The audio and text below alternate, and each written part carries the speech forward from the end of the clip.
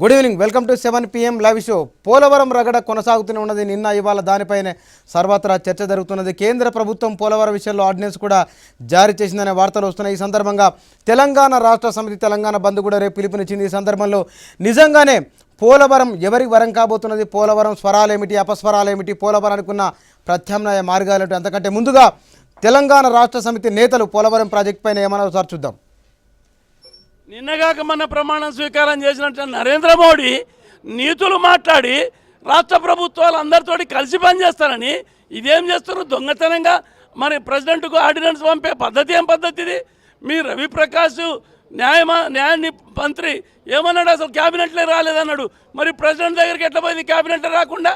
ఎందుకు ఈ దొంగదారి వ్యవహారం ఎందుకు చేస్తున్నారు అంటే దీని వెనక చంద్రబాబు నాయుడు వెంకయ్యనాయుడు ఇద్దరు నాయుళ్ళు కలిసి తెలంగాణను ముంచేదానికి ప్రయత్నం చేస్తున్నారు.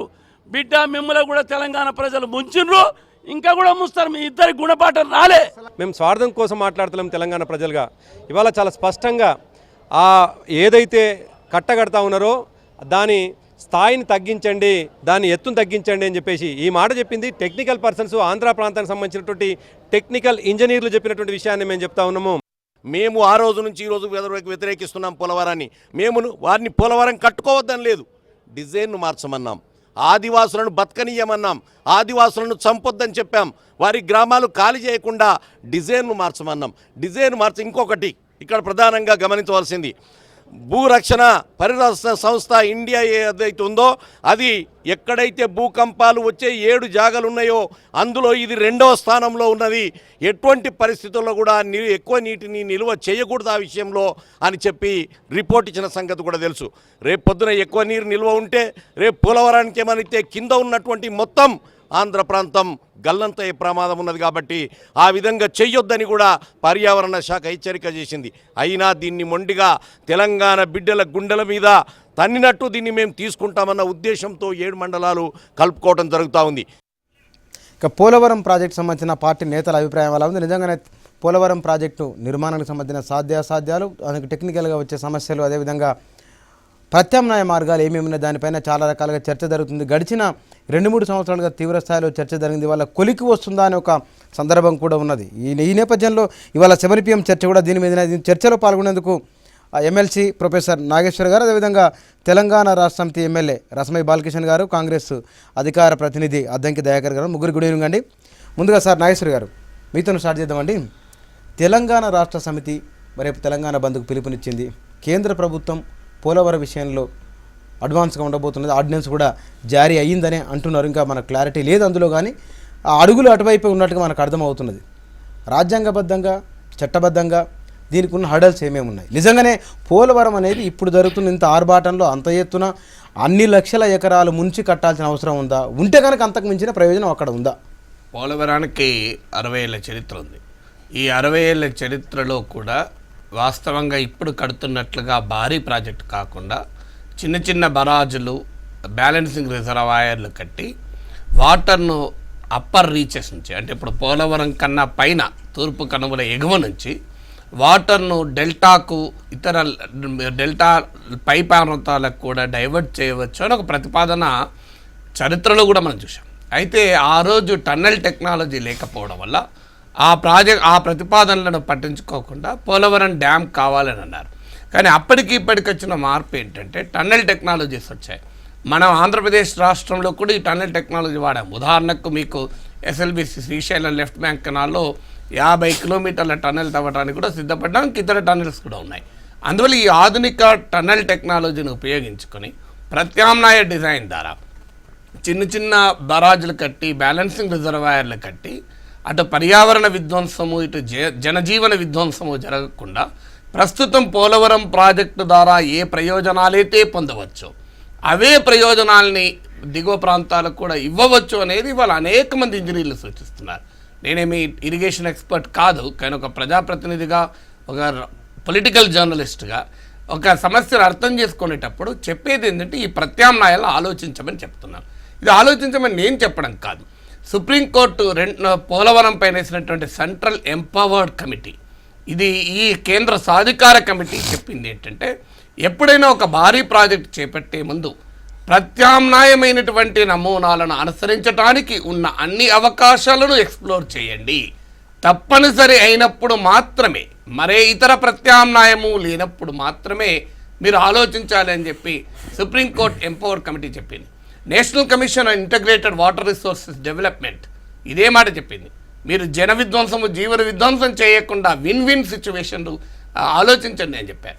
అందువల్ల దీంట్లో ముఖ్యమైనవి ఒకటి, సుమారు 2 లక్షల హెక్టార్లలో ఉన్నటువంటి భూమి ఇవాళ పూర్తిగా జల గర్భంలో కలిసిపోతుంది.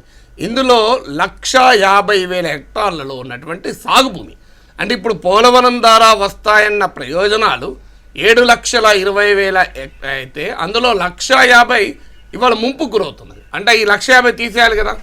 అందువల్ల అలాగే 50 లక్షల హెక్టార్లలో ఉన్నటువంటి అటవీ ప్రాంతం అత్యంత విలువైనటువంటి జీవ వైవిధ్యానికి కేంద్రమైనటువంటి సార్ ఈటెల రాజేందర్ తెలంగాణ రాష్ట్రపతి భవన్లో మాట్లాడుతూ సార్ చూద్దాం. ఆంధ్ర ప్రాంతంలో కలిపే ప్రయత్నం చేస్తున్నారు, ఆర్డినెన్స్ తెచ్చే ప్రయత్నం చేస్తున్నారు. ఇది మంచిది కాదు. 2 రాష్ట్రాలు ఏర్పడబోతున్న సందర్భంలో ఆగమేఘాల మీద ఇంత ఆధారబాధర తొందరతోటి ఆర్డినెన్స్ తీసుకురావాల్సిన అక్కర లేదు. అవసరమైతే ప్రధానమంత్రి గారు విజ్ఞత ప్రదర్శించి 2 రాష్ట్రాల ముఖ్యమంత్రులని పిలిపించి సమావేశం ఏర్పాటు చేసి ఈ సమస్యను పరిష్కరించాలని చెప్పి మేము కోరినాం.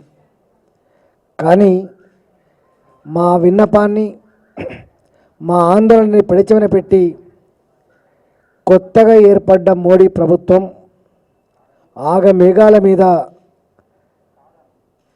7 మండలాలు, ఖమ్మం జిల్లాలో ఉన్న 7 మండలాలని ఆంధ్ర ప్రాంతంలో కలుపుతూ ఆర్డినెన్స్ జారీ చేయడాన్ని మేము తీవ్రంగా ఖండిస్తూ ఉన్నాం. ఈ నిర్ణయాన్ని వెనుకకు తీసుకోవాలని, ఈ నిర్ణయాన్ని వాపస్ తీసుకోవాలని చెప్పి యావత్ తెలంగాణ ప్రజలు కానీ టీఆర్ఎస్ పార్టీ పరంగా డిమాండ్ చేయడమే కాదు, మా నిరసనను వ్యక్తం చేయడానికి రేపు తెలంగాణ వ్యాప్తంగా బంద్కు పిలుపునివ్వడం జరిగింది.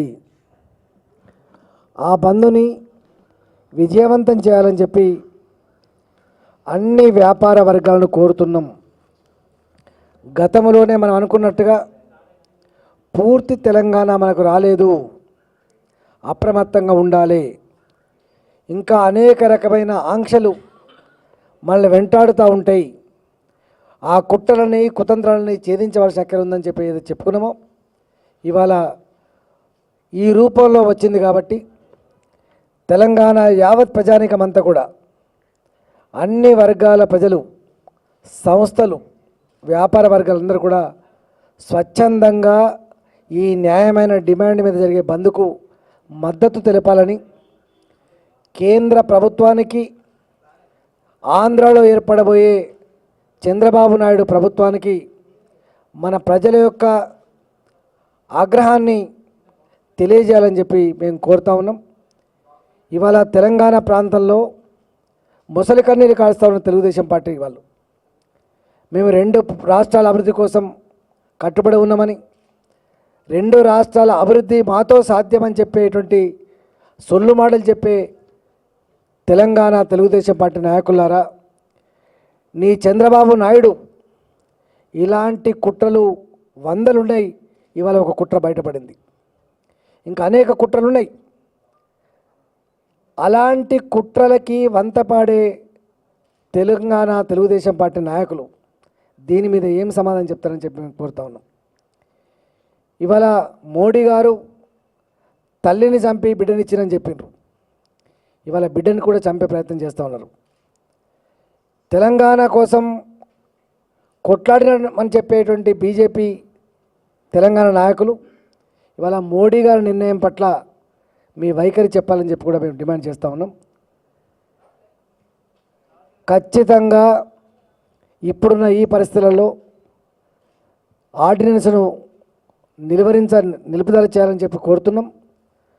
ప్రజాందోళనతో పాటుగా న్యాయ పోరాటం కూడా తప్పకుండా చేస్తాం. కుట్రలను ఛేదిస్తాం. ఒక ఇంచు భూమి కూడా వదిలిపెట్టడానికి తెలంగాణ సమాజం సిద్ధంగా లేదని చెప్పి గతంలో ఏ చెప్పినామో దానికి కట్టుబడి ఉంటామని చెప్పి నేను తెలియజేస్తా ఉన్నాం. తెలంగాణ రాష్ట్ర సమితి నాయకులు ఎక్కడికక్కడ గ్రామం నుంచి మొదలుపెట్టి హైదరాబాద్ వరకు కూడా పూర్తి స్థాయిలో బంద్ను విజయవంతం చేయాలని చెప్పి మన ఆందోళన తీవ్రతని కేంద్ర ప్రభుత్వానికి ఇటు చంద్రబాబు నాయుడు చెంపచెల్లు అనిపించే పద్ధతిలో ఉండాలని చెప్పి కూడా పేరు పేరున మేము విజ్ఞప్తి చేస్తూ ఉన్నాం. మనం రాష్ట్రాన్ని తెచ్చుకున్న సంతోషంలో గొప్పగా అభివృద్ధి వైపు ప్రయాణం చేయాలని చెప్పి మనం అనుకుంటా ఉంటే గొప్పగా హైదరాబాద్ బ్రాండ్ ఇమేజ్ని పెంచుకొని ఒక ప్రశాంతమైన వాతావరణంలో రాష్ట్రాన్ని ముందు తీసుకోవాలని అనుకుంటే ఇలాంటి కుట్రలు అనివార్యంగా మన నెత్తిమీద రుద్దిరు కాబట్టి అనివార్యమైన పరిస్థితులలో ఖచ్చితంగా రేపు మన బంద్ను పూర్తి స్థాయిలో విజయవంతం చేయాలని చెప్పి కూడా కోరుతా ఉన్నాం. తెలంగాణ రాష్ట్రం ఇచ్చిన బంద్కు సహకరించాలని తెలంగాణ సమాజానికి ఈటెల రాజేందర్ విజ్ఞప్తి చేస్తారు. ఇక చర్చ విషయానికి వస్తే కనుక బాలకిషన్ సార్ మళ్ళీ ఒకసారి మాట్లాడదాం. బాలకిషన్ గారు, తెలంగాణ రైట్ బాలకృష్ణ మాట్లాడే ముందు నేను అనేది ఏంటంటే దీన్ని తెలంగాణ వర్సెస్ ఆంధ్ర సమస్య కాదు, టీఆర్ఎస్ వర్సెస్ టీడీపీ సమస్య కాదు. ఈ సమస్య ఏంటంటే ప్రజల ప్రయోజనాలకు ఈ ప్రాజెక్ట్ ఉపయోగమా? ఇది ఉమ్మడి రాష్ట్రంలో కట్టినా, తెలంగాణ రాష్ట్ర ప్రభుత్వం కట్టినా, ఆంధ్ర రాష్ట్ర ప్రభుత్వం కట్టినా వ్యతిరేకించాలి. ఎందుకు వ్యతిరేకించాలి అనడానికి ఒక 2 నిమిషాలు టైం ఇస్తే, ఒకటి శాటిలైట్ ఇమేజెస్ ప్రకారం 400 గ్రామాలు జల దిగ్బంధంలో కలిసిపోతాయి, నీటి గర్భంలో కలిసిపోతాయి. 2 లక్షల హెక్టార్ల భూమి ఇందులో నీటి పాలవుతాయి. అందులో 150,000 ఎకరాల సాగుభూమి నాశనం అవుతుంది. 50,000 హెక్టార్ల విలువైన జీవవైవిధ్యం కల అటవీ ప్రాంతం నాశనం అవుతుంది. 2 లక్షల మంది ప్రజలు నిర్వాసితులవుతారు. ఇందులో 65% మంది గిరిజన దళిత ప్రజానికం. 4 పర్యావరణ పరంగా ఈస్టర్న్ ఘాట్స్ ఎకాలజీకి ఒక తీవ్రమైన ప్రమాదం జరుగుతుంది. 5 భూకంప పీడిత ప్రాంతం అనే ఆందోళన అనుమానాలు ఉన్నాయి. 6 అసలు ఇంతకన్నా మెరుగ్గా ప్రత్యామ్నాయంగా హయ్యర్ ఆల్టిట్యూడ్స్లో ఎగువ ప్రాంతంలో కనుక హయ్యర్ రీచెస్లో కనుక చిన్న చిన్న బరాజులు బ్యాలెన్సింగ్ రిజర్వాయర్లు కట్టడం ద్వారా జీవన విధ్వంసం ఉండదు, ముంపు ప్రాంతం తగ్గిపోతుంది, ఖర్చు తగ్గిపోతుంది. దాదాపు ఇదే ప్రయోజనాలు పొందవచ్చు. 300 టీఎంసీల నీళ్ళే వాడతారంటారో అది వాడచ్చు. ఉదాహరణకు దుమ్ముగూడెం దగ్గర 165 టీఎంసీల వరకు మనం ప్రాజెక్టు కట్టుకోవడానికి అవకాశం ఉంది. సీలేరు కోటిపల్లి నుంచి 600 అడుగుల ఎత్తు నుంచి వాటర్ను మీరు విశాఖకు 500 అడుగుల ఫాల్ ఉంటుంది. అక్కడ నువ్వు బోలెడంత విద్యుత్తును కూడా ఉత్పత్తి చేస్తానికి అవకాశం ఉంది. తక్కువ ఖర్చుతో ప్రత్యామ్నాయాలు ఉన్నాయి కనుక అనేక జాతీయ కమిషన్లు, జాతీయ చట్టాలు, జాతీయ విధానాలు చెప్పాయి కనుక ప్రత్యామ్నాయం ఆలోచించండి. తర్వాత ఇది భారత రాజ్యాంగంలోని గిరిజన హక్కులకు సంబంధించిన షెడ్యూల్లో ఉల్లంఘన, అంతర్రాష్ట్ర విభేదాలు. ఈ ప్రత్యామ్నాయం కనుక ఆలోచిస్తే అసలు అంతర్రాష్ట్ర విభేదాలు ఉండవు. ఇన్ని ప్రయోజనాలు ఉన్నాయి కనుక ప్రభుత్వం తొందరపడాల్సిన అవసరం లేదు. దీనిపైన ఒక సమగ్రమైన బహిరంగ చర్చ జరిపి తక్కువ నష్టంతో అత్యధిక ప్రజా ప్రయోజనాలు 2 రాష్ట్రాలకు అందేలా ఉండే అవకాశం ఉంది. దాన్ని ఆలోచించాలి. దయచేసి రాజకీయ పార్టీలకు కూడా విజ్ఞప్తి ఏంటంటే ఇది 2 రాష్ట్రాల మధ్య ఘర్షణగా మారితే తెలంగాణకు కూడా నష్టమే. ఎందుకు నష్టం అంటే ఇక్కడ 17 ఎంపీలు ఉంటే అక్కడికి 25 మంది ఎంపీలు ఉన్నారు. ఇక్కడ ఉన్న ఎంపీలు ప్రతిపక్షంలో ఉంటే అక్కడ ఉన్న ఎంపీ అధికార పక్షంలో అట్లా మీకు అట్లా కనపడుతుంది. అది నేను అనేది ఇప్పుడు రాజకీయంగా ఘర్షణ నేను మారుతుందా అని అంటలేదు, మార్చవద్దని విజ్ఞప్తి. దీన్ని నిర్దిష్టంగా పోలవరం ప్రయోజనం ఉందా లేదా, ఇది దీనికి ప్రత్యామ్నాయం ఉపయోగమా లేదా, ఈ ప్రత్యామ్నాయాన్ని మనం అనుసరించుదాం. రాజకీయాలు పక్క పెడదాం. ఆంధ్ర ప్రాంత రాజకీయ నాయకులు కూడా విజ్ఞప్తి చేద్దాం, మీకు కూడా ప్రయోజనం లేదయ్యా, ఇదే ప్రయోజనాన్ని ప్రత్యామ్నాయ డిజైన్తో వస్తే మీకు ఏమైనా అభ్యంతరమా అని చెప్దాం. దానికేం ప్రాబ్లం. నిన్న కేసీఆర్ గారు కూడా మాట్లాడారు, 50 టీఎంసీలు మీరు తీసుకుంటే మాకు అభ్యంతరం లేదు, మాకు నీళ్ళతో సమస్య కాదు డిజైన్తో సమస్య అన్నారు. దానిపైన ఎడ్యుకేట్ చేద్దాం, దానిపైన ఒక విస్తృత రాజకీయ చర్చను ఆహ్వానించుదాం. ఆ రాజకీయ చర్చను ఆహ్వానించడం ద్వారా పోలవరం ప్రమాదాల మీద అటు తెలంగాణ ప్రజల్ని, ఆంధ్ర ప్రజల్ని చైతన్యవంతులను చేయడం ద్వారా ఇదే ప్రయోజనాన్ని ప్రత్యామ్నాయ డిజైన్ ద్వారా సాధించుదామనే ఆలోచన ముందుకు పెడదాం.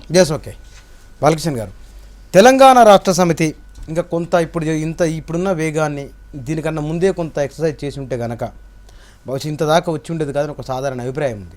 అంటే మొదటి నుంచి కూడా పోలవరాన్ని వ్యతిరేకిస్తున్నటువంటి ఏకైక పార్టీ తెలంగాణ రాష్ట్ర సమితి మాత్రమే. ఆ విషయంలో మనం రాజులేని అనేక సందర్భాలలో ఉద్యమాలు చేపట్టినాము, ప్రజలను చైతన్యవంతం చేసుకున్నాం. మనం మొదటి నుంచి కూడా పోలవరం విషయంలో మనం గతంలో కూడా కోర్టులను కూడా మనం ఆశ్రయించడం జరిగింది. అవన్నింటిని కాదని వచ్చినప్పుడు కూడా మనం ఖచ్చితంగా దాన్ని డిజైన్ మార్చాలన్నటువంటి ఒక ఏకైక నినాదంతో కూడా మనం ముందుకు పోతున్నటువంటి సందర్భం ఉన్నది. ఎప్పుడు కూడా తెలంగాణ వనరులను, తెలంగాణ సంక్షేమాన్ని కోరుకుంది తెలంగాణ రాష్ట్ర సమితి మాత్రమే. ఈ విషయంలో రాజకీయాలకు ఎలాంటి తావు కూడా లేదు. నిన్న మొన్నటి వరకు కూడా మనం అదే అనుకున్నాం. ఇవల్ల ఏదో నాయుడుల మధ్యన నరేంద్ర మోడీని చొప్పించి మరొకసారి తెలంగాణను గతంలోనే విధ్వంసం చేశారు, మళ్ళీ కూడా మేము విధ్వంసం చేస్తాం, పోతూ పోతూ మొత్తం దీన్ని భూస్థాపితమే చేసిపోతాం అన్నటువంటి ఒక కక్ష సాధింపు చర్య ఇవాళ మనకు కనబడుతూ ఉన్నది. డెఫినెట్గా తెలంగాణ ప్రజల వైపు నిలబడుతుంటుంది. తెలంగాణ జీవన విధానానికి ఏమాత్రం ఎక్కడ కూడా విధ్వంసం జరిగినా కూడా తెలంగాణ రాష్ట్ర సమితి ముందుంటుంది కాపాడుకోవడానికి. తెలంగాణ రాష్ట్ర సమితి పుట్టిందే తెలంగాణ కోసమే, తెలంగాణ జీవనాన్ని కాపాడడానికి కోసమే, తెలంగాణ విధ్వంసాన్ని కాపాడడానికి కోసమే, పరిపాలనా సౌలభ్యం కోసమై 1956లో ఇటువైపు కలిపిన కొన్ని గ్రామాలను తిరిగి మళ్ళీ అదే ప్రాంతంలో కలుపుతాం, అభ్యంతరం ఏమిటి అని. అంటే ఇప్పుడున్నటువంటి పరిస్థితులు అప్పుడున్నటువంటి పరిస్థితులకి వాళ్ళ మన తేడా కనబడుతుంది కదా. ఇక్కడ ఈ ప్రాంతానికి చెందినటువంటి వాళ్ళను ఆ వైపు కలపడంతో వాళ్ళ యొక్క పరిస్థితులు మనకు కనబడుతుంది. భూభాగం అంతా మనది ఉంటుంది, ప్రాజెక్టు మేము అక్కడ కట్టుకుంటాం, వీళ్ళకేం సంబంధం లేకుండా ఇవన్నీ మేము ముంచేస్తాం. వాళ్ళు వెళ్ళాలంటే ఎక్కడి నుంచి వెళ్ళాలి? వాళ్ళు అప్పుడున్న పరిస్థితులకు ఇప్పుడు మనకు కనబడుతుంది కదా. ఇవాళ మొత్తం వాళ్ళ జీవనము వాళ్ళ కొనసాగిన తర్వాత తెలంగాణ ప్రాంతానికి వాళ్ళు ఇట్లా రావాలంటే కూడా మన తెలంగాణ నుంచి తిరిగిపోవాలి. ఇట్లాంటి సందర్భంలో కేవలం అంటే అంత అవసరము లేకున్నప్పటికీ కూడా కేవలం దీన్ని విధ్వంసం చేయాలి, ఈ మానవ గిరిజన విధ్వంసం చేయాలన్నటువంటి ఒక కక్ష సాధింపు చర్యనే ఇక్కడ మనకు కనబడుతుంది తప్ప ఇవాళ గిరిజన గురించి నిజంగా వాళ్ళు ఆలోచించినట్టుంటే డెఫినెట్గా అసలు ఈ ప్రాజెక్టుకు మార్పుకోవడం వాళ్ళు అంగీకరించాలి. ఇంతమంది వ్యతిరేకిస్తూ ఉన్నా, ఆంధ్ర ఇంజనీర్లు సైతం వ్యతిరేకించారు, పర్యావరణ వాళ్ళు వ్యతిరేకించారు, ఈ ప్రాజెక్టుకు అనుగాని ప్రాంతం అని చెప్పేసి ఇలా ప్రపంచం అంతా చెప్తా ఉంటే కూడా మేము ఇక్కడే కడతాము అన్నటువంటి వాళ్ళ కక్ష సాధింపు మనకి ఇలా కనబడుతుంది కదా. దయాకర్ గారు, కాంగ్రెస్ పార్టీ కూడా దీనిపైన కొంత లోతుగా అధ్యయనం చేసి ఉంటే ఇటు తెలంగాణ ఇటు ఆంధ్ర ఇరుపక్షాల రాజకీయ ఒత్తిడి వస్తుంది కాబట్టి ఏదో రకంగా దీన్ని ముందుకు తీసుకెళ్దామనే ఒక తపన ఉంది తప్ప దీంట్లో ఉన్న నష్టాన్ని అన్ని రకాల లోతుపాతులు అనేది అధ్యయనం చేయనట్టుగానే కనపడుతుంది పోలవరం. ఇప్పుడు 2 అంశాలు దీంట్లో ఉన్నాయి బుచ్చయ్య గారు. ఎందుకంటే ఒకటేమో ప్రాజెక్టుకు సంబంధించి, రెండోది ఏమో 7 మండలాల తరలింపుకు సంబంధించి. ప్రాజెక్టు అనేది డిజైన్ మార్చాలని టీఆర్ఎస్ పార్టీ అంటుంది. ఇవాళ 7 మండలాల తరలింపు మీద ఎలాంటి క్లారిటీ లేదు. ఎందుకంటే కాంగ్రెస్ పార్టీ 34 గ్రామాలను తెలంగాణకు ఉండేటట్టుగా ఒక బిల్లులో ఒక ప్రతిపాదన తీసుకొచ్చిన పరిస్థితి గతంలో ఉన్నది. జేఏసీ నాయకులతో పాటు అందరం కూడా కలిసి ఒక రాష్ట్రం దాటిపోయినట్టుగా భద్రాచలం దిగువ సీలేరు భద్రాచలం పట్టణం బూరుగంపాడు మండలంలోని 6 గ్రామాలను మినహాయించి మిగతా 7 మండలాలను తెలంగాణ రాష్ట్రం నుంచి సీమాంధ్రలో కలుపుతున్నట్టు హోంమంత్రి రాజ్యసభలో ప్రకటన చేసింది. దీనిపై బిల్లు కంటే ముందు ప్రకటన జరిగింది. ఆ ప్రకటన జరిగిన తర్వాత మేము డిమాండ్ చేసినప్పుడు 34 గ్రామాలు దిగువ సీలేరు ప్రాజెక్టుతో పాటు జైపాల్ రెడ్డి గారి నాయకత్వంలో కోదండరామ్ గారు, రఘు, విఠల్, దేవిప్రసాద్ గారు అందరూ ఉన్నప్పుడే ఈ గ్రామాల్ని ఒకవేళ కనుక అది అనివార్యమైతే ఈ 34 గ్రామాలు ఉంటే కనుక కనెక్టివిటీ బాగుంటుందని ఒక ఉద్దేశంతో మేము ఆ రోజు దిగువ సీలేరు ప్రాజెక్టు కూడా తెలంగాణకు ఉంటే దాదాపు 34 మెగావాట్ల యొక్క విద్యుత్ తెలంగాణకు షార్టేజ్ ఉంటుంది కాబట్టి అది మేము డిమాండ్ చేసినాం. అయితే రాజ్యసభలో చేసిన ప్రకటన బిల్లుకు 6 గ్రామాల వరకు పరిమితం కావచ్చు. అసలు వాస్తవానికి ఏంటంటే బిల్లు పెట్టే రోజు తెలుసు టీఆర్ఎస్ పార్టీకి, ఈరోజు రాజకీయం చేసి తను బంద్ ఇవ్వడం ద్వారా తను పొలిటికల్గా గెయిన్ చేయాలనుకునేది ఉంటున్నది. కానీ ఈ కేసీఆర్ గారికి ఈ బిల్లులో ఈ అంశాలు పెడుతున్న అంశం కూడా తెలుసు. 6 గ్రామాలు రాజ్యసభలో ప్రకటనలు చేసింది తెలియదా? కాబట్టి ఈరోజు రాజకీయాల కొరకు చేస్తున్నారు కాంగ్రెస్ పార్టీగా మేము చెప్తున్నాం. కంపల్సరీ మేము బిల్లు చేసే క్రమంలో వెంకయ్యనాయుడు గారి పాత్ర చూసిండ్రు. ఆ రోజే మీరు రాజ్యసభలో ఈ పోలవరం ప్రాజెక్టుకు సంబంధించిన విషయాలే కాక కొన్ని బిల్లుకే అభ్యంతరాలు, బిల్లునే వెనకకు తీసుకుపోయే విధంగా రాజకీయ ఒక వ్యూహాత్మకమైన పరిస్థితి తీసుకొచ్చిన క్రమంలో బిల్లు పాస్ కావాలనే ఉద్దేశంతోనే ఆ రోజు మేము చేసిన పరిస్థితి ఉన్నది. ఇప్పుడు పోలవరం విషయంలో టీఆర్ఎస్ పార్టీ చేస్తున్నది ఒక రకంగా తాను ప్రభుత్వం ఏర్పడక ముందే తనే ఉద్యమ రూపాన్ని తీసుకున్నట్టు ఉన్నప్పటికీ కూడా వాస్తవానికి టీఆర్ఎస్ పార్టీకి ఆ విషయాలు తెలుసు. దాన్ని ఈరోజు మేము ప్రజలకు చెప్పగలుగుతాం. కంపల్సరీ దళిత గిరిజన బడుగు బలహీన వర్గాలకు సంబంధించిన అంశం అది. అరుదైన ఒక వృక్ష సంపద కావచ్చు, అక్కడ ఉన్న ఏదైతే అరుదైన గిరిజన తెగలు కావచ్చు, ఈరోజు ఉన్న పరిస్థితి ఉన్నది. కాబట్టి ఎట్టి పరిస్థితుల్లో తెలంగాణకు అన్యాయం జరగడానికి బీజేపీకి టీడీపీ సహకరించినప్పటికి కూడా ప్రజల వెంట ఉండడానికి కాంగ్రెస్ పార్టీ క్లియర్గా ఈరోజు నిర్ణయం తీసుకునే అవకాశం ఉంది. పోలవరం అనేది నా అంచనా ప్రకారం రీడిజైన్ చేయమనడంలో ఇంత పెద్ద ఎత్తున నిరసన ఆ రోజు రాలి. పోలవరం కట్టుకుంటే ఏంది, ఇదే టీఆర్ఎస్ నాయకులు అన్నారు. పోలవరం అంటే పోలవరం కొరకు తెలంగాణ ఇవాళ స్టేట్మెంట్ ఇచ్చింది కీలకమైన భాగస్వామిగా ఉన్న ఈ రాష్ట్రంలో ఉన్న ఒక ప్రధాన పార్టీ, అధికార పార్టీ, ఒక ముఖ్యమంత్రి అనుకోవచ్చు. బహుశా అందుకోసమనే దీనికి ఇంత ఇంత చర్చ. ఇప్పుడు మీరు రాజకీయాలు అవసరం లేదు. ఒక మాట ఏంటంటే దయాకర్ అన్న అఫ్కోర్స్ ఇప్పుడు ఒక పార్టీ అధికార ప్రతినిధిగా కాకుంటే ఈ మాటలు మాట్లాడు. నేను ఎందుకంటే మొదటి నుంచి కూడా ఇందాక నాగేశ్వర్ సార్ చాలా ఖచ్చితంగా చెప్పాడు, ఇది కట్టుకోవచ్చు, ఇది కట్టుకుంటే ఎట్లా ఉంటుంది, ఇన్ని అవకాశాలు ఉన్నప్పటికీ కూడా ఇంత కక్షపూర్తే ఒకటి చాలా చాలా మొత్తం విశ్లీకరించి చెప్పాడు. అసలు ఆ ప్రాజెక్టు సామర్థ్యం కానీ ఎట్లా కట్టచ్చు ఏదని మొత్తం చెప్పాడు. ఇప్పుడే వల్ల కేసీఆర్ గారు బంద్ ఇవ్వడంతో ఇలా కొత్తగా రాజకీయం చేసుకోవాల్సిన అవసరం లేదు కదా. ఇలా ప్రభుత్వం అది వచ్చేసింది, మాకు ఇలా రాజకీయాలు అవసరం లేదు, మా సంపదను మేము కాపాడుకోవాలన్నటువంటి ఒకే ఒక నిరసనతో మేము ముందుకు పోతా ఉన్నాం. దానికి తెలంగాణ బిడ్డలుగా పార్టీలకు అతీతంగా మనం అందరం కూడా దానికోసం పోరాటం బంధించినట్టే ఇచ్చిన కానీ నిజంగా రాజకీయ పార్టీలతో చర్చించి టీఆర్ఎస్ బంధించిందా? ఇవాళ కూడా ఆ రోజు కూడా అదే పరిస్థితిలో ఉన్నది. కాబట్టి తను ప్రభుత్వంలో ఉన్న ప్రజల పక్షాన్ని మరింత చర్చించే ముందు డిస్కషన్ స్మాల్ బ్రేక్ తీస్తాం. బ్రేక్ తర్వాత బీజేపీ ఎమ్మెల్యే రామచంద్ర గారు మనతో లైవ్లో జాయిన్ అవుతారు. సార్ రామచంద్ర రెడ్డి గారు, పోలవరం ప్రాజెక్టు విషయంలో కాంగ్రెస్ పార్టీ కొంతవరకు తీసుకొని వచ్చింది, తర్వాత బీజేపీ ప్రభుత్వం ఆర్డినెన్స్ తీసుకొని వచ్చి దీన్ని ముందుకు తీసుకెళ్తామని ఒక చర్చ ఉంది బలంగా. రేపు తెలంగాణ రాష్ట్రంతో బంద్ కూడా పిలుపునిచ్చింది. సరే, బంద్కు మీరు మద్దతు ఉందా లేదనే విషయం పక్కన పెడితే కనుక పోలవరం ప్రాజెక్టును దాన్ని కొంచెం డిజైన్ మార్చి కడితే కనుక అటు ఆంధ్రాకు ఇటు తెలంగాణకు రెండు రాష్ట్రాలకు కూడా ఉపయోగకరంగా ఉంటుంది, ఎవరు కూడా నష్టపోరు అనేది. ఈ విషయంలో మీరు మీ ప్రభుత్వం పైన ఒత్తిడి తీసుకొచ్చే ప్రయత్నం చేస్తారా, లేదంటే కనుక పాతదానికే?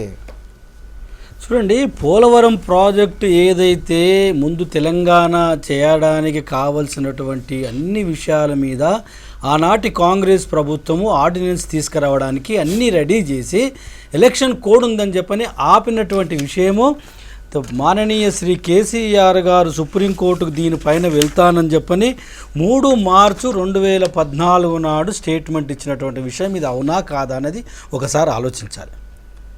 ఇప్పుడు ఇది ప్రజా ప్రయోజనాలకు కావలసినటువంటి విషయాలలో రాజకీయాల రాద్ధాంతం చేయడానికి ప్రయత్నం చేస్తున్నటువంటి వాళ్ళని ఇది మంచి సాంప్రదాయం కాదు. ఈ రాష్ట్రానికి అధిపతిగా కావలసినటువంటి ఒక వ్యక్తి ఇది ఎప్పుడో చేసినటువంటి ఆర్డినెన్స్ని ఈనాడు మీరు బీజేపీ తెలుగుదేశాన్ని మేము ఎండగడతామని చెప్పని ఈనాడు మన మాననీయ శ్రీ హరీష్ రావు గారు వాళ్ళ పార్టీ కార్యాలయంలో రేపు గ్రేట్ హైదరాబాద్ ఎన్నికలు జరుగుతాయి, వాళ్ళు ఎట్లొచ్చి అడుగుతారు ఓట్లు అని చెప్పన్నాను. ఇది ఎంతవరకు భావ్యమండి? ఇది ఏంటి? వీళ్ళు ఎక్కడ తీసుకెళ్తున్నారు? ప్రజల్ని ఏం చేయాలనుకుంటున్నారు? ప్రజలకు ఏ రకంగా మనము మార్గదర్శనం చేయాలనుకుంటున్నామో, కొత్త రాష్ట్రం ఆవిర్భవించబోతుంది, మీరు అధికారంలోకి రాబోతున్నారు, ఈ మాటలు ఏంటి అసలు? ఇది ఎవరు చేసిండ్రు? ఈ క్యాబినెట్లో ఏమైనా చర్చించరా? దీనిపైన క్యాబినెట్లో ఎక్కడైనా చర్చ జరిగిందా? నిన్నటి రోజున జరిగినటువంటి మొదటి క్యాబినెట్ మీటింగ్లో ఈ పోలవరం గురించి క్యాబినెట్లో నిర్ణయం తీసుకున్నారా? ఆర్డినెన్స్ గురించి నిర్ణయం తీసుకున్నారా? ఏదైతే గత ప్రభుత్వం తీసుకున్నటువంటి ఆర్డినెన్స్ గురించి చేసినటువంటి దాన్ని ప్రెసిడెంట్ గారు ఈనాడు సంతకం కాంగ్రెస్ పార్టీ భారతీయ జనతా పార్టీ ఆనాడు కూడా చెప్పింది ఒకటే, ఈనాడు కూడా చెప్తుంది ఒకటే. తెలంగాణ భారతీయ జనతా పార్టీ చెప్తున్నటువంటి విషయంలో స్పష్టమైనటువంటి అవగాహనతోనే ఆనాడు చెప్పడం జరిగింది. ఏవైతే ముంపు కింద మునిగేటటువంటి గ్రామాలు ఉన్నాయో అది తప్ప మిగతాదంతా కూడా తెలంగాణలో ఉండాలి. ఇది ఎవరు కూడా దీంట్లో రెండో ఆలోచన. రెడ్డి గారు ఇక్కడ దయచేసి క్లారిఫికేషన్, అంటే ముంపుకుండే గ్రామాలు ఆంధ్రాకి ఇవ్వండి అంటే మీరు ముంచడానికి రెడీనా? దయచేసి నా క్వశ్చన్, మునిగేది ఆంధ్రాలో ఉంటుంది, తెలంగాణలో ఉంటుంది, కొంప మునిగేది ఏమున్నది? మీరు మొదలు చెప్పండి. పోలవరం ప్రస్తుత డిజైన్ లో కట్టడానికి మీరు అనుకూలమా? టెక్నికల్ గా ఇది నాగేశ్వరరావు అడిగే క్వశ్చన్ కు నేను సమాధానం చెప్పాల్సిన అవసరం నాకు లేదు. దయచేసి చెప్తాను. మా పార్టీ యొక్క నిర్ణయము ఆనాడు కూడా అదే చెప్పాము, ఈనాడు కూడా అదే చెప్తున్నాము. తెలంగాణ ఏదైతే గ్రామాలు ఒకవేళ అది డిజైన్ కరెక్టా కాదా అనేది మీరు నేను ఇది సర్టిఫై చేయాల్సినటువంటి అవసరం కాదు. చర్చ కాదండి. మీరు మాట్లాడింది నేను విన్నాను, నేను మాట్లాడింది అధికార ప్రతినిధి ప్రకాష్ రెడ్డి 2004 మా పార్టీ 2004 ఎన్నికల బీజేపీ మేనిఫెస్టోలోనే పోలవరం డిజైన్ మార్చాలని అడిగామని అన్నారు. అవునా కాదని చెప్పారు. చర్చ కాదండి ఎట్లా మరి? నిన్న ప్రకాష్ రెడ్డి గారు ఒకటి, రామచంద్ర ఎట్లా మరి? ఏదైనా మా స్టాండ్ ఒక్కటే. ఏదైతే కాంగ్రెస్ ప్రభుత్వం తీసుకున్నటువంటి నిర్ణయాలకు సంబంధించి జరిగినటువంటిది కానీ ఈనాడు బీజేపీ తెలుగుదేశం పార్టీ చేసింది అని చెప్తున్నటువంటిది 100% పొరపాటు. బాధ్యత గల వ్యక్తులు మాట్లాడాల్సిన మాట ఇది కాదు.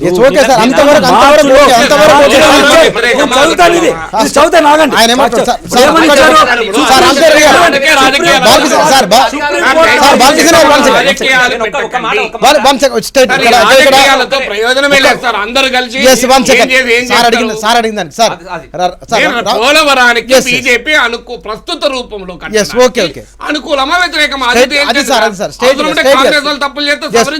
తప్పులు జరిగితే కనుక నిజంగా నాగేశ్వర్ గారు చెప్పినట్టుగా పోలవరం ప్రాజెక్టు డిజైన్ కింద ఒక ఊరు మునినా 2 ఊర్లు మునినా అది ఎంత మునినా మునుగకున్నా సరే ఇవాళ చర్చ జరుగుతున్న డిజైన్ పైన ఇవాళ ఉన్న నమూనా పైన దీన్ని మీరు యాజ్ టీజ్గా ఒప్పుకుంటారా?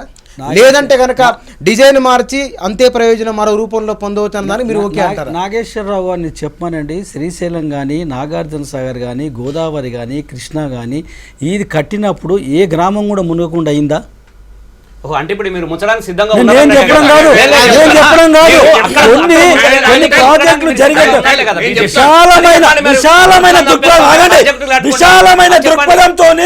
విశాలమైన దృక్పథంతోని కోట్ల మందికి ప్రయోజనం జరిగేటటువంటి చోట కొందరికి ఏదైనా జరిగితే వారికి కావలసినటువంటి సదుపాయాలు కల్పించాల్సినటువంటి బాధ్యత ప్రభుత్వంలో ఉంటుంది, ప్రభుత్వం వారికి ఉంటుంది. ఇంతకన్నా మంచి సదుపాయాలు వారికి కల్పించాలి.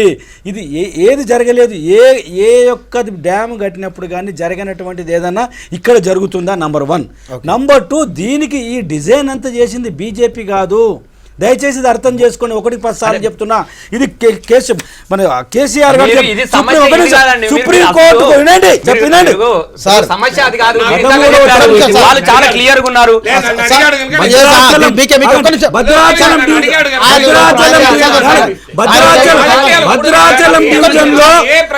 భద్రాచలం డివిజన్ లోని 7 మండలాలను ఆర్డినెన్స్ ద్వారా ఆంధ్రలో కలపడంపై తెలంగాణ రాష్ట్ర అధ్యక్షుడు కె చంద్రశేఖరరావు తీవ్ర నిరసన వ్యక్తం చేశారు. ఈ తెలంగాణ వ్యతిరేక నిర్ణయంపై జరిగిన తర్వాతనే ముగ్గురు మాట్లాడారు విషయం అర్థం. సార్ నాగేశ్వరరావు ఒక్క సెకండ్. రామచంద్ర రెడ్డి గారు సార్ అన్న దాంట్లో ప్రాజెక్టు నమూనాకు మీరు అనుకూలమా వ్యతిరేకమా స్టేట్ క్వశ్చన్ మీరు దానికి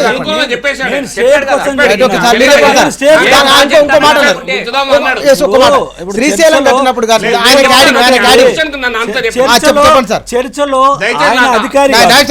చర్చలో వారు అధికారి కాదు, వారు ఒపీనియన్ వారు చెప్పమని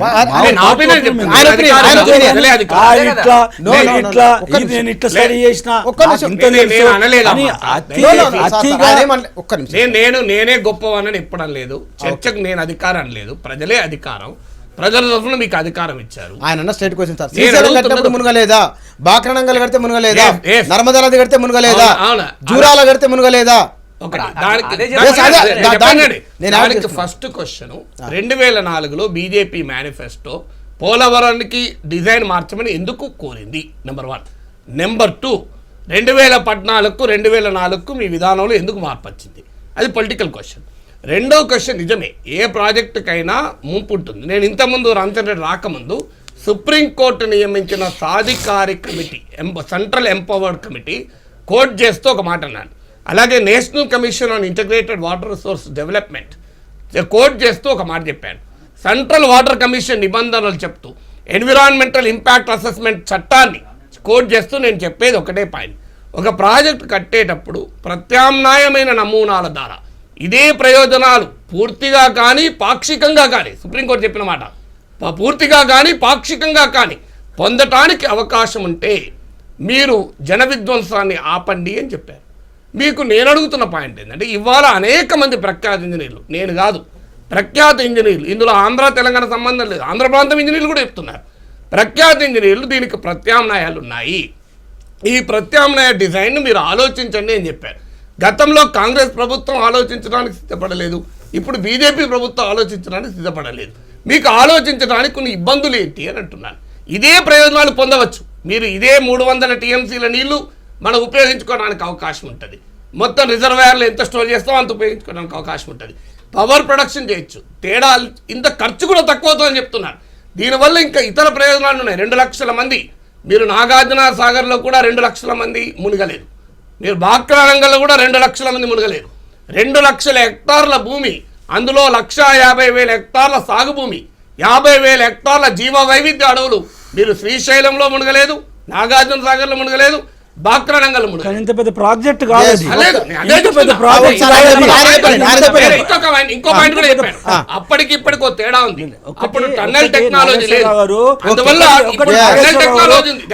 చెప్పేదండి సుప్రీంకోర్టు ఏం చెప్పింది, ఇవన్నిటి మీద మనం పక్కన పెట్టినట్టయితే మీరు ఒక్కటి దయచేసి అర్థం చేసుకోండి. దీనికి మాట్లాడడానికి, చేయించడానికి రకరకాల స్టేజెస్ ఉన్నాయి, మాట్లాడుకోవచ్చు. ఒక బాధ్యత గల ముఖ్యమంత్రి కాబోయేటటువంటి వ్యక్తి నాడు బంద్ ప్రకటించడంతో ఈ ప్రాబ్లం సాల్వ్ అవుతుందని నేను అడుగుతున్నాను. ఇప్పుడు నేనేమంటానంటే మీరు నాగేశ్వరరావు గారు చెప్పిందంతా నేను ఏకీభవిస్తాను. బాధ్యత గల వ్యక్తి కాబట్టి పార్టీ ఏం చేస్తుందా, బీజేపీ ఏం చేస్తుందా, కాంగ్రెస్ ఏం చేస్తుందా, బీజేపీ ఏం చేస్తుందా, కాంగ్రెస్ ఏం చేస్తుందా అనేది కాదు. కానీ మీరు ఒక మాట అనగానే మీరు రాజకీయాలు వద్దు. దయచేసి రామచంద్రారెడ్డి గారు అదే చెప్తున్నా తమరికి. కేంద్ర ప్రభుత్వం ఆర్డినెన్స్ ఆపండి, కేసీఆర్ కు బంధువులు కూడా ఆపమని పిలిపిద్దాం. అది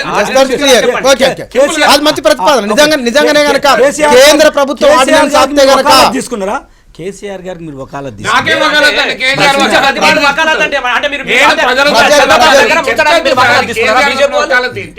బీజేపీ వాళ్ళు చంద్రబాబు దగ్గర మొత్తం తెలంగాణ జీవన విధ్వంసం చేస్తాను వకాలత్ తీసుకున్నారా?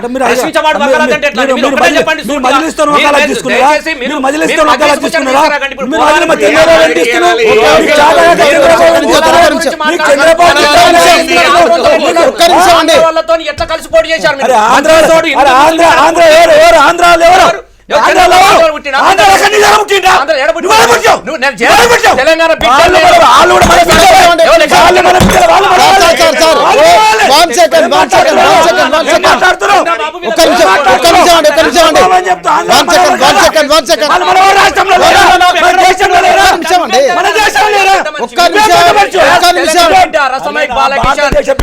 అది మాట్లాడు.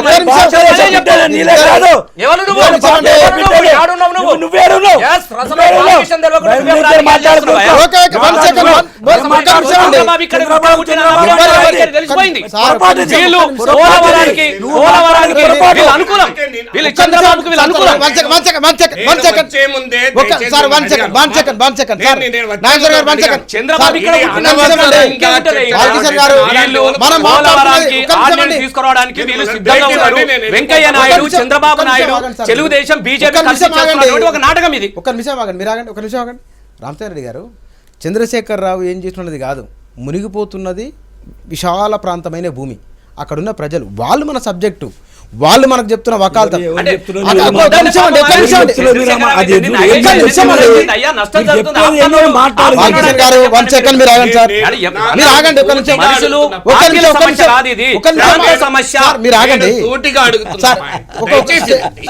రాజకీయ ఘర్షణలతో ప్రయోజనం లేదు, మన సబ్జెక్ట్ మనకు రాదు అని ప్రజలు అనుకునటానికి అవకాశం ఉంది. రామచంద్రారెడ్డి లాంటి సీనియర్ రాజకీయ నాయకుడికి సబ్జెక్ట్ రాదని ప్రజలు అనుకోకూడదు, నా అభిప్రాయం. నాకు తెలుసో లేదో మీరు సర్టిఫై చేయాల్సిన పని లేదు. చాలా సీరియస్ ఇష్యూ అండి ఇది.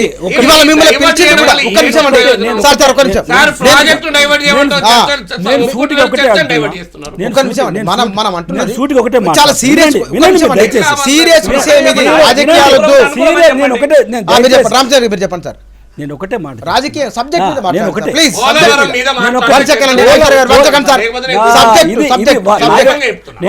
నాగేశ్వరరావు గారు అన్నది 100% కరెక్ట్. పోలవరం మీద మనం డిస్కస్ చేద్దాం. చంద్రబాబుతో కలిసి మీరు చెప్పంటే చంద్రబాబు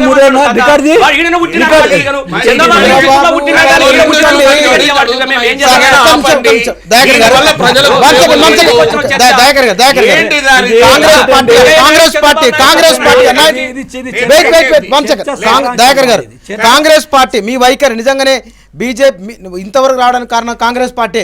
ఈ రోజు కనుక ఇట్లా ముందుకెళ్తే కనుక మీరు ఈ సందర్భంలో పోలవరం డిజైన్ విషయంలో ఒక మెకానిజం ఏర్పాటు చేసుకుని దాన్ని డిజైన్ మార్చే ప్రయత్నం చేస్తారా, లేదంటే కనుక ఇందాక తెచ్చింది తామే కాబట్టి సర్దుకొని కూర్చుంటారా?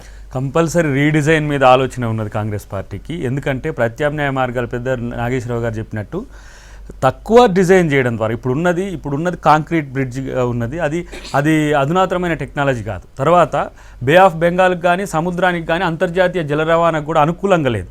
ఇప్పుడున్న బ్రిడ్జిలో ఈ షిప్ను కనుక బ్యాక్ వాటర్కి చేయడానికి కూడా అవకాశం లేదు. ఒకవేళ కనుక కాళేశ్వరం దగ్గర ఇంకో బ్రిడ్జ్ కట్టితే నిజాం సాగర్ దానిక మనకున్న ఈ అంతర్జాతీయ జల రవాణాతో పాటు మనకు పర్యాటక రంగం కూడా అభివృద్ధి చెందడానికి ఒక అవకాశం ఉంది. తర్వాత ముంపు ప్రాంతాన్ని తగ్గించే అవకాశం ఉంటుంది. దానివల్ల గిరిజన జాతులే కాదు, మన వృక్ష సంపద కూడా ఒక అరుదైన, నాకు తెలిసి నేను అనుకుంటున్న ఆ ప్రాంతంలో ఉన్నంత వృక్ష సంపద ఎక్కడ కూడా లేనట్టుగా మనకు చరిత్ర చెప్తున్నది. కాబట్టి ఒకవేళ కనుక నిజంగా కట్టాల్సిన అవసరమే వస్తే ఏర్పడితే మాత్రం రీడిజైన్ చేయాల్సిన అవసరం అయితే ఉంటుంది. దాని మీద కాంగ్రెస్ పార్టీ పోరాడుతుంది. రెండో అంశానికి వచ్చినప్పుడు ముంపు ప్రాంతం ఎక్కువ నష్టం జరిగి మనకు లాభం జరిగే ప్రాంతం తక్కువ ఉన్నప్పుడు ఈ ముంపు ప్రాంతాన్ని పెంచాల్సిన ఆవశ్యకత తక్కువ ఉంటుంది. నేను ఎందుకంటున్నా అంటే ఈరోజు వైజాగ్కు నీళ్ళు ఇవ్వాలనో లేకపోతే ఉత్తరాంధ్రకు నీళ్ళు ఇవ్వాలనో ఈరోజు తెలంగాణను ముంచడం అనేది మాత్రం అది పద్ధతి కాదనేది మా యొక్క అంచనా. ఒకవేళ ఇంతకుముందున్న గ్రీన్ ట్రిబ్యునల్ మనకు పర్మిషన్స్ లేవు అక్కడ.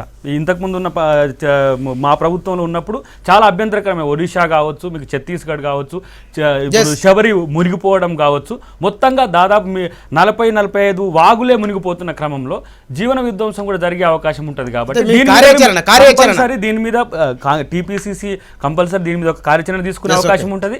కాకపోతే బంధువులు ప్రభుత్వాలు ఇవ్వడం ద్వారా వస్తున్న సంకేతాలు ఏ రకంగా రాజకీయం కాదు.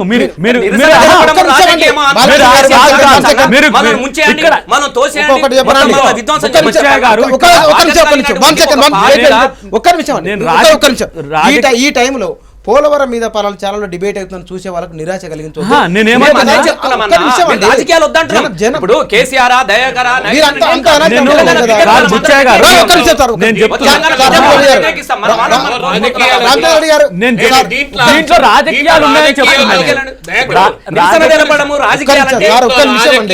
కూడా పార్టీలకు చిత్తశుద్ధి లేదు. ఉదాహరణ చెప్తాను, నిజంగానే మీకు పోలవరం కట్టాలని చిత్తశుద్ధి ఉంటే కాంగ్రెస్ పార్టీ చట్టంలోనే దాన్ని చేర్చేది. ఆర్డినెన్స్ దాకా ఎందుకు తేవాలి? ఆర్డినెన్స్ తెచ్చి ఎందుకు కిరికిరి పెట్టాలి, ఇబ్బందులు పడాలి? బీజేపీకి చిత్తశుద్ధి ఉంటే రాజ్యసభలో వెంకయ్యనాయుడు ఎందుకు అడగాలి? లోక్సభలో సుష్మా స్వరాజ్ ఆ కండిషన్ పెట్టి సవరణ సూచిస్తే పోలవరంకు జాతీయ హోదాను ఒక సవరణ సూచించుంటే అయిపోయేది కదా.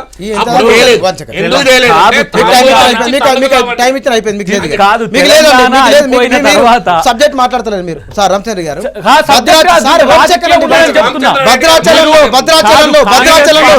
రామచంద్ర గారు, భద్రాచలంలో ఉన్న రాజకీయ పార్టీలు బీజేపీ, టీడీపీ, కాంగ్రెస్, టీఆర్ఎస్ అందరూ కూడా దాన్ని వ్యతిరేకిస్తున్నారు. మీరు నిజంగానే ఈ విషయంలో రేపు భద్రాచలంలో కూడా ఒక ఎమ్మెల్యే ఆమర నిరాదీశ కూర్చోబోతున్నాడు ఆయన. ఈ విషయం ఒక్క నిమిషం కూర్చోబోతు ఆయన చెప్పిన సమైక్య రాష్ట్రంలో సపోర్ట్ చేస్తున్న వ్యక్తి ఆయన. అక్కడ ప్రజలపైన, ఆ ప్రాంతం పైన మొత్తంగానే ఒక సమాజంలో ఒక పౌరునిగా, ఒక ఎమ్మెల్యేగా మీ సాలిడారిటీ ఎట్లా ఉండబోతుంది? ఇప్పుడు భారతీయ జనతా పార్టీ తెలంగాణ యొక్క యూనిట్ తప్పనిసరిగా దీని మీద ఒకవేళ ఇబ్బంది జరుగుతుందని అనుకుంటే తప్పనిసరిగా మేము కూడా మా ప్రభుత్వంతో కూడా మేము మాట్లాడడం జరుగుతుంది. ఇది ఎందుకు ఇట్లా జరిగిందనే దాని మీద కూడా మేము చర్చిస్తాం. కానీ దయచేసి ఎవరు కూడా నేను మాట్లాడుతుంటే ఇట్లా అదే అంటున్నాను, అదే చెప్పబోతున్నా. ఎవరికైనా కానీ అక్కడ ఉన్నటువంటి ప్రజానికానికి అన్యాయం జరగాలని ఎవరు కూడా కోరుకోరు, ఏ రాజకీయ పార్టీ కూడా కోరుకోరు. కొన్ని కారణాల వల్ల తెలియక చేసేటటువంటి పొరపాట్లని మనం సవరించుకునేటటువంటి అవకాశం మన చేతిలోనే ఉంది.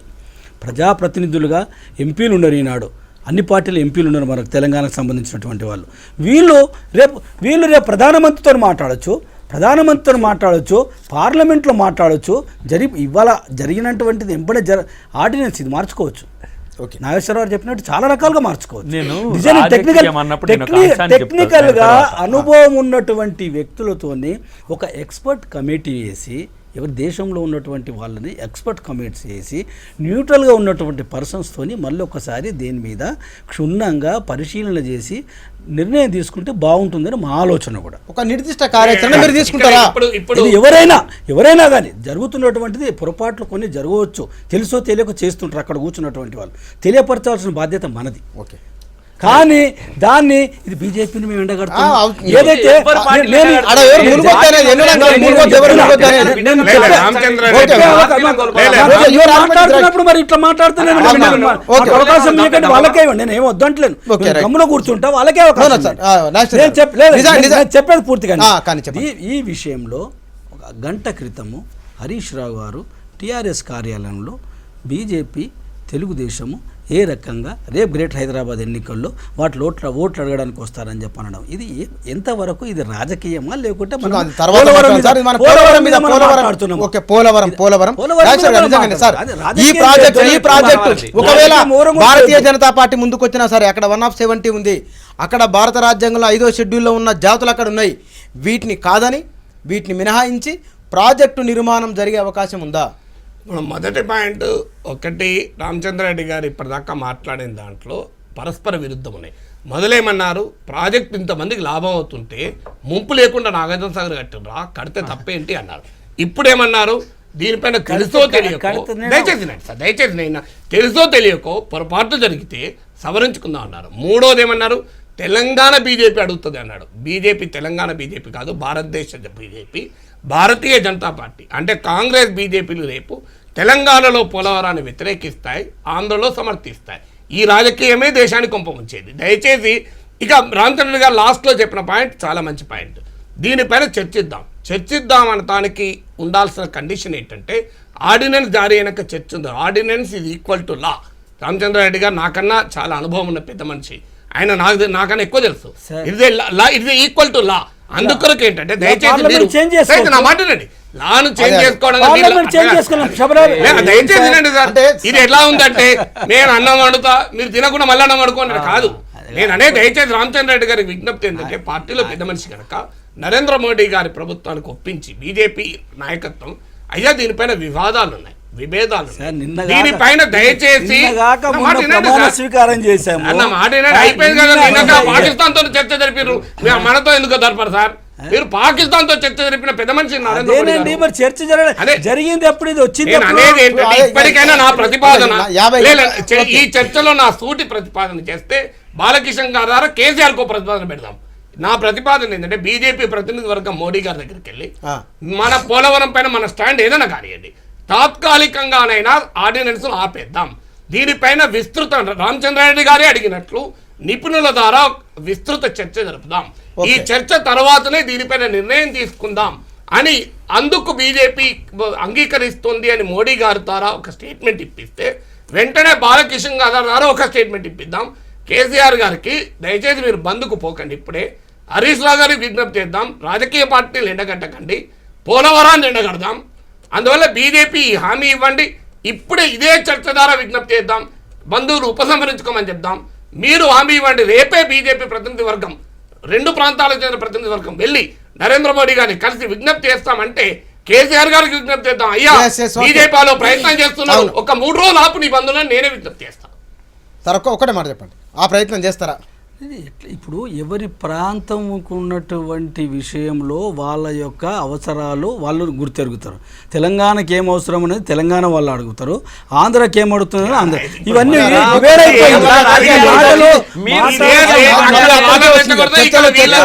చర్చలో పార్టిసిపేట్ చేసినందుకు సార్ రామచంద్ర గారు, బాలకిషన్ గారు, నాగేశ్వర్ గారు, అద్దంకి దయాకర్ గారు, నలుగురికి ధన్యవాదాలు సార్. నలుగురికి ధన్యవాదాలు సార్.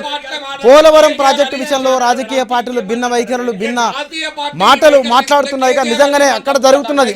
పోలవరం డిజైన్ మారిస్తే కనుక అక్కడున్న ప్రజలను, జంతుజాలాన్ని, అరుదైన పశుజాతిని, మానవ జాతిని, అంతరించిపోతున్న మానవ జాతిని కాపాడుకోవచ్చు.